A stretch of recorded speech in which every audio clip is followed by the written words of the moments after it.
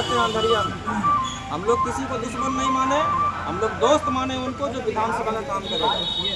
एक बार मैं आपके चैनल के माध्यम से यह भी कहना चाहूँगा, क्योंकि मैं निर्दलीय उम्मीदवार हूँ, निर्दलीय उम्मीदवार के बारे में धारणा होती है कि वो वोट कटवा है। मैं आपको बता देता हूँ, मैं वोट काटने नहीं, जीतने आया हूँ, तीसरा समीकरण करके यहाँ पर। तो मैं तमाम जनता से आशा करता हूँ और आग्रह करता हूँ कि आप लोग जात, धर्म, इन चीज़ से उठकर इस बार सिंहेश्वर विधानसभा को डेवलपमेंट के नाम पर वोट कीजिए। जात पात से मुक्त होइए। मैं तो कहता हूं कि जात पात से आजीवन के लिए मुक्त होइए।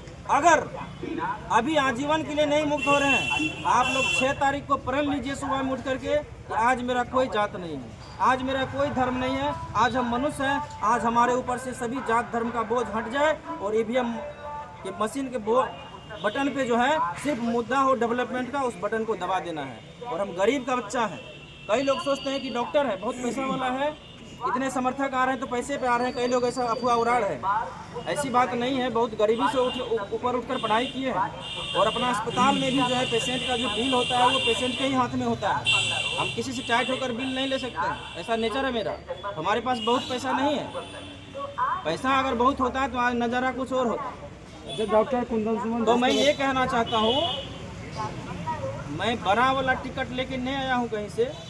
तमाम जनता से आग्रह है कि आप ही के हाथ में टिकट है।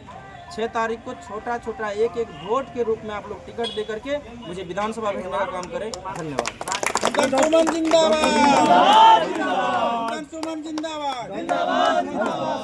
तैयारियां कर रहे थे राजद को लेकर के और टिकट नहीं दिए, क्या उसमें देखते हैं क्या कुछ कमी रह गई आपसे?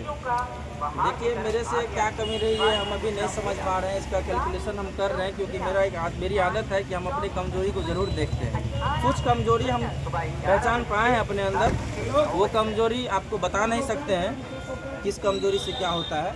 हालांकि हम तेजस्वी जी के खिलाफ में नहीं है, तेजस्वी जी बहुत अच्छे लीडर हैं। मैं आशा करता हूं कि वो 2025 का मुख्यमंत्री बने। यह सपना मेरी पहले भी थी, आज भी है, और उन्हें शुभकामनाएं देना चाहता हूं। हो सकता है पार्टी नेतृत्व, शीर्ष नेतृत्व कुछ सोच समझ करके डिसीजन लिया होगा, कुछ समीकरण के हिसाब से डिसीजन लिया होगा, क्योंकि हम जनता में भी कुछ गलती है। हम लोग भी खुद आपस में लड़े हुए रहते हैं, बटे हुए रहते हैं, जिस कारण से बड़े बड़े शीर्ष नेताओं को समीकरण देख करके टिकट भी देना पड़ता है। लोग तो यहाँ लड़ाई किए हुए हैं जात के आधार पर, धर्म के आधार पर, वो भी जात पात कैलकुलेट करके टिकट देते हैं। ये सच्चाई है। हम ये नहीं कहते हैं नेता ही गलत है, हम लोग में खुद कमी होगी। और सबसे बड़ी बात है कि हम लोग मानते हैं कि ऊपर वाले नेता लोग दुश्मन हैं एक दूसरे के। मैं हाथ जोड़कर आप सबको कहता हूँ कि इस भरम से आप लोग ऊपर उठिए। आप लोग अपने क्षेत्र के विकास के लिए वोट करिए।